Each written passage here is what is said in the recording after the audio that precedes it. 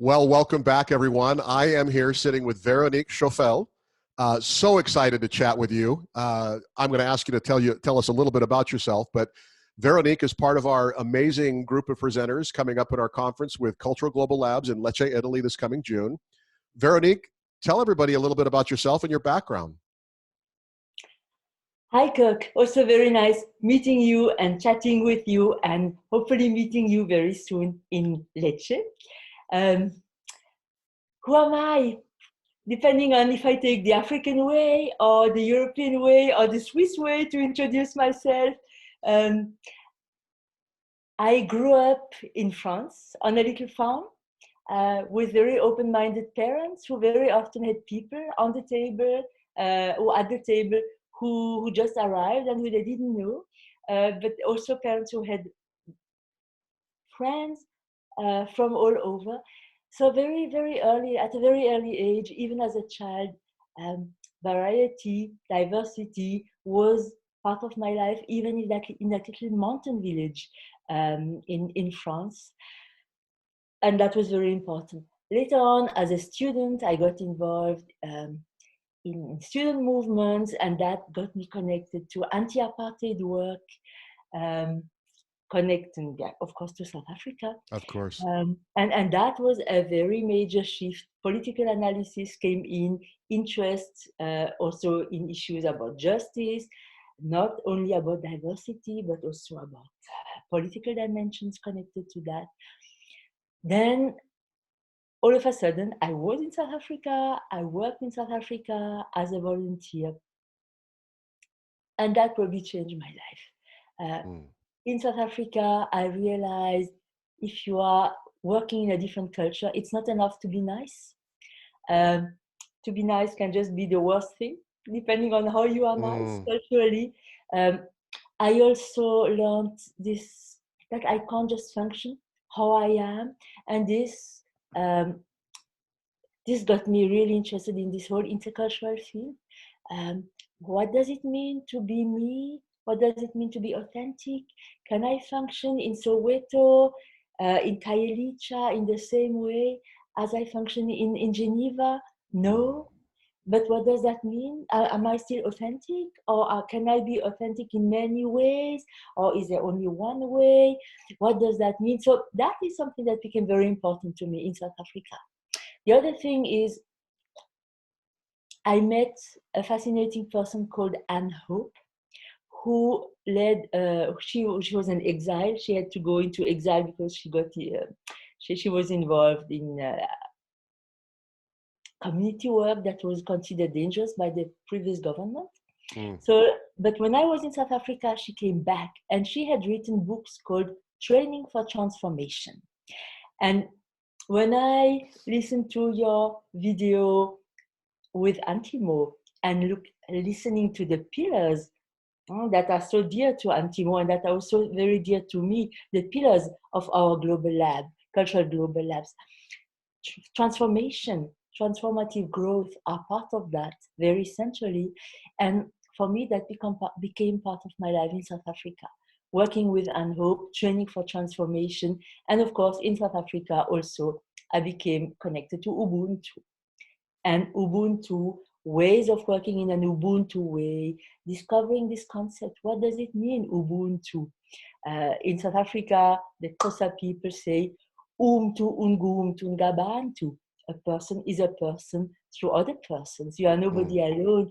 And so all of those dimensions, like threads, started to weave together and transforming me and transforming the kind of life I'm trying to live and the kind of work I'm trying to offer. It's a fascinating story, Véronique, and I didn't realize it about your story until you shared it. But one of my awakening moments in my life as a young man was being invited out of college at that time, so I was well down the road to adulthood. But a friend of mine in Seattle invited me to go see a movie that I'd never heard of. So we went to a little theater in Seattle and watched a movie called Cry Freedom, which was the Stephen Biko story, based on the book by Donald Woods.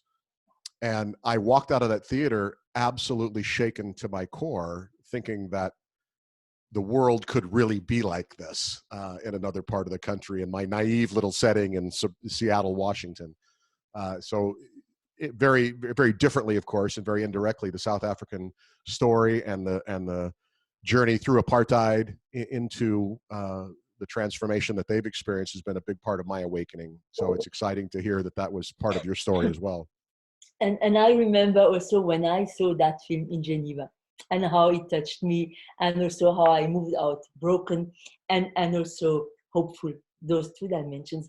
And by the way, Anne Hope, this woman who is also really a deep inspiration in my life, she had to go into exile because she worked a lot with Steve Biko. And she was a friend of Steve's and his wife. And that was a very good reason Wow. to get rid of her for the Swiss government, for the South African government. That's incredible. I definitely did not know that part of your story, and that is absolutely fascinating. Nice connections, yeah. Well, you're going to be in Lecce, and you're going to be sharing with a group in your workshop. You're going to be talking about, as I understand it, immigration. Yeah. And tell me a little bit about who that's for, who you'd like to see there in Lecce in your workshop, and what exactly they can expect. Well, I spent a lot of my life working in development projects, working overseas, working in other cultures, or accompanying people who go to work in different cultures. And now I have shifted the focus of my work, and I work more where I live in Europe. And part of my work is also accompanying organizations who accompany migrant people who, for some reasons, decided to leave, had to leave their space and to find their way into a new space. And here, for example, in Europe. I found out that, of course, in many of those programs, we address and we cover all the subsistence needs, a roof, food, learning language, etc. But there are many other needs that are most of the time not addressed, and that are, for me, as essential as the subsistence needs. Mm. And so the people, I mean, any person who is interested in interacting with other people uh, across cultures and just even interacting with people, because we all have needs, would be very welcome in this workshop. But the red thread will probably be for professionals in the field of migration, immigration, accompanying in many ways migrant people who are on a journey. And that can be language teachers, that can be social workers, that can be people who are involved in the issue of health and who work with people of various cultures. It can be a very broad scope of people who are interested in understanding and accompanying, and also professional people. It's fascinating. I talked with Andre Uriga about this a little bit when I had the chance to visit with him, but it's been a global economy, for lack of a better term. It's been a global economy for many years now, but I think it's only recently that we really started to recognize that for organizations, corporations, and entities. It used to just be the big multinational corporations that we thought of in the global economy sense, and now it's everyone, everything. It's a global marketplace. It's a global connection. It's a global community. And migration and immigration affect all of us at different times and different places. And learning how to have skills and resources to, you talked about our 5 pillars. Our 5 pillars, of course, are vulnerability, stories. We all connect through story. And then, of course, connectedness is our third.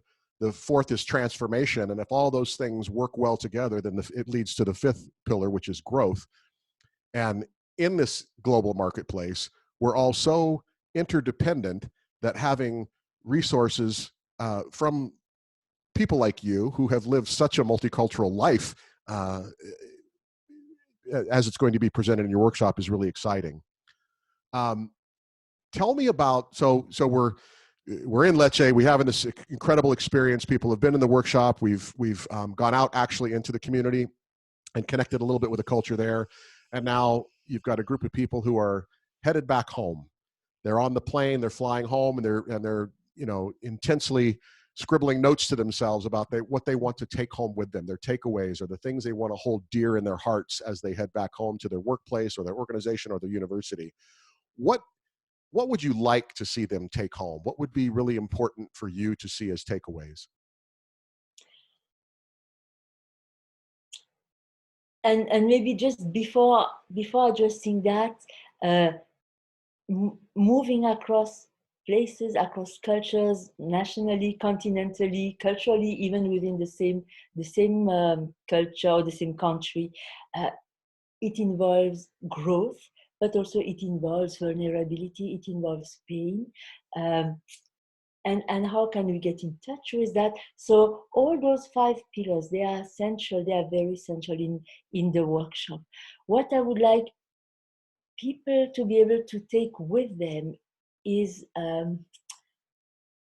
this awareness that in their work, but also in their personal journey, if they are themselves migrants, and most of us, we are migrants, we have Mm, this experience, that we look at our needs in much more global ways um, than in the classical subsistence needs, and that we have a much more global spectrum, and seeing also how those needs interact with each other. And in order to do that, we will work with the Wheel of Fundamental Human Needs from Manfred Max Need, who is from Chile. I think he gives a fascinating perspective, very different to the ladder from Maslow, for example, in terms of fundamental needs, something very alive and complete. So I would love people to have that sense of globality and mm, richness of the needs. Um, I would like them also to be able to see the connection between how to address some of those needs and cultural dimensions, where they are and where the people come from. Um, it would also be wonderful if people would also make the connections between mm, Ubuntu leadership, but also Ubuntu quality in our life. How can we let Ubuntu get into us? How can we nourish our Ubuntu in order to interact with people? And how that can make a difference also in how we accompany our own journey and also the journey of other people. I think part of the world's problems is that we have lived emphasizing for so many generations now our differences. And one of the things I'll never forget from the things that Stephen Biko had to say was, we are connected through our humanity more than anything else, regardless of the color of our skin or our ethnicity or the world from which we come. We're connected by our humanity. We are all alike in that regard. We are humans walking this planet with different experiences and different perspectives. And that's beautiful. That gives all the color to life. But at the fundamental core, we are connected through our humanity. And if we could maybe escape difference a bit and focus on what we have in common, now that color comes alive. And then we are connecting again to Desmond Tutu in South Africa and his rainbow nation, and each color bringing an important connection to, and light and perspective to all the other colors. Uh, take one color away, and the rainbow is no rainbow any longer, and is Mm. also so much poorer. So the differences that enrich each other, but also our common humanity, our common vulnerability, and also our common growth, and how for me, growth is not accumulation.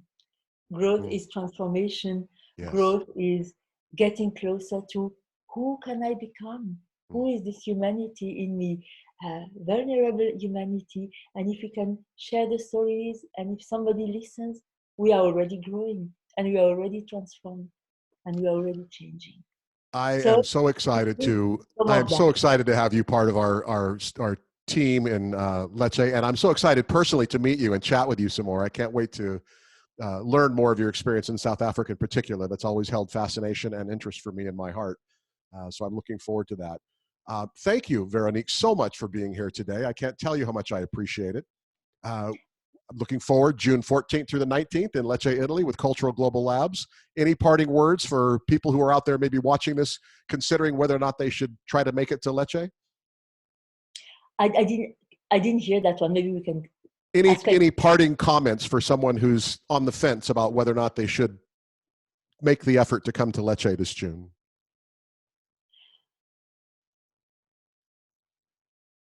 It's not. Lecce is not about adding more. Lecce is about change and doing things differently and being different at the end of Lecce. That's So beautiful. come, we will all be different at I the love end that. of it. Each Thank of you us. so much, Véronique. I look forward to Thank meeting you, Kirk. Take care. It was wonderful meeting you, and I look forward to seeing each other in person very soon. very soon. A bientôt. Arrivederci. Arrivederci.